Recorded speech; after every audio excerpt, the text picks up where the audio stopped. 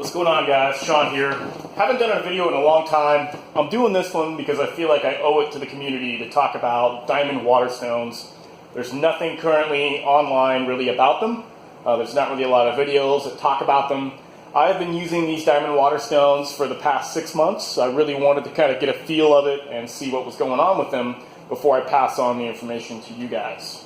So diamond waterstone, I think the first thing that comes to mind, and people that are watching this video are thinking that I'm the person who's confused, and they're thinking, when they think diamond waterstone, just one of these diamond plates with diamonds crusted on here. This is an Atoma, there's DMT ones like this one, discontinuous plates and stuff like that. A lot of us dudes that are super into sharpening, the reason why diamonds are a necessary evil is because they cut really, really hard materials such as S110V that are just packed with really wear-resistant carbides. It's really difficult to sharpen on your more traditional waterstone.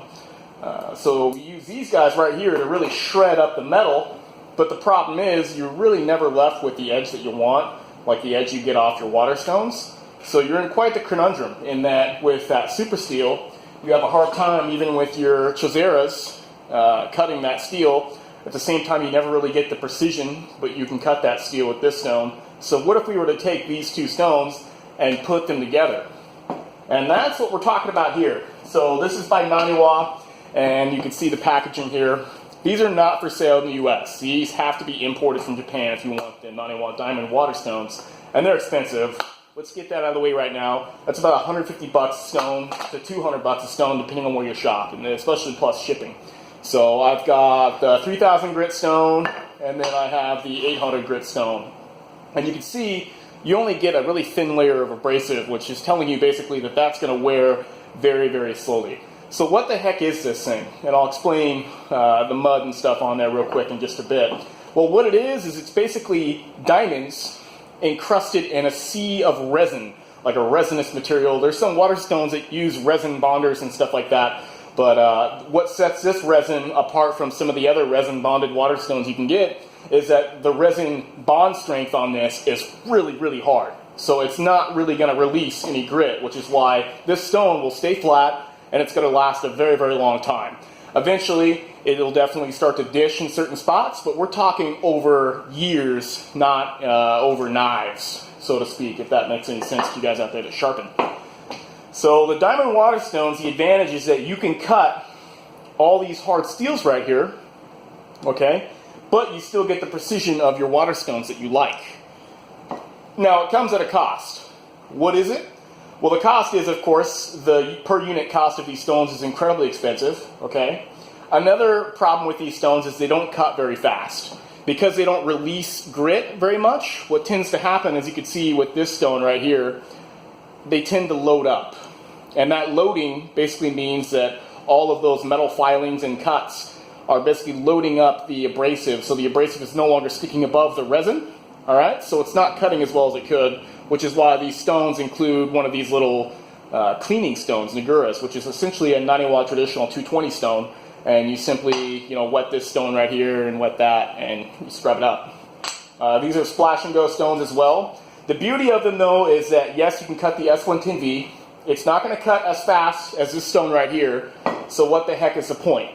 The point is you're going to get a much crisper edge, okay, than you would get off something like this. Being able to really shape your apex radius, all those carbides or whatnot, to the crisp apex you want, you're going to want these stones right here.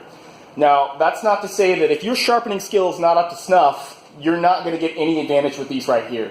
You have to be good at sharpening to really see the advantage, to be honest, which is why it took me so long to make this video, 6 months of testing to really see what these stones were about. I would say maybe a 20% increase in performance, but you're paying something like 300% more in cost. So that's where this stone comes in, and this stone is ordered directly from Russia. This is the Vinev diamond stone. You can see right there, that's the only part in English, Vinev Industrial Diamonds. It's an industrial diamond company, but they also make these diamond waterstones, and they come in two sides, and you can see they're considerably wider than the Naniwas. I found the Naniwas left probably a better finish, but the Vinevs seem to cut faster and had a little bit more tactile feedback to them. But they suffer from those loading issues, this and that. But this is considerably cheaper. We're talking maybe 65 to 80 bucks per stone, and then plus the shipping from Russia to wherever you live. So there's the advantage to these guys. Ordered this from Grid-O-Matic. Talked to Constantine through emails or whatnot and got a hold of this stone. It's a very affordable stone. I think this is definitely the future of abrasives right here, is this guy. But only for cutting metals like these right here. Because otherwise, if you're just cutting standard metals, you know, like VG10 and stuff like that, then you're going to be slower on this stone. I guess the advantage is that you don't have to flatten it, and it's a true splash and go stone, which is awesome. But, you know, you're going to get some loading, some glazing. You're going to have to clean it off with a Negura or some other devices that you may have at your disposal.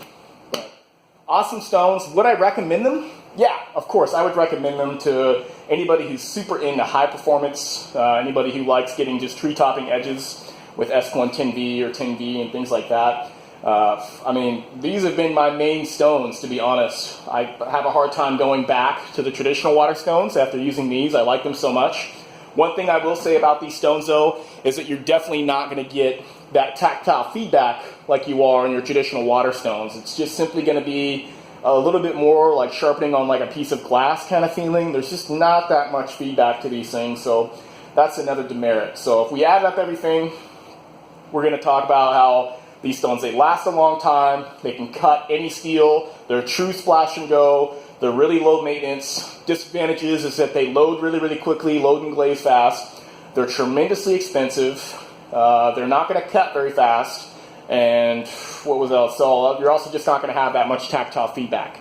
So that's in a nutshell the 91 diamond Waterstones, and then we have the Veneve diamond Waterstones. There's definitely some other diamond Waterstones that are on the market. There's like the holy grail of Waterstones at Japanese Knife Imports, which is a vitrified diamond Waterstone, which is basically a soaking diamond Waterstone that's got a vitrified bond, just like your traditional vitrified bonded Waterstones. And so you get that same tactile feedback, but that's a $400 Waterstone.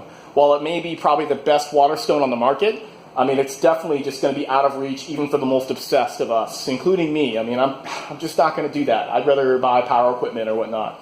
So there you have it, guys. There's my take on diamond Waterstones. If you're interested, I can definitely do some sharpening videos in the future. You know, my time is kind of at a premium right now, so I've just not been making any videos. Not to mention there's just no money in YouTube, so I've just been pursuing other things that make money. All right, guys. Take it easy. Later.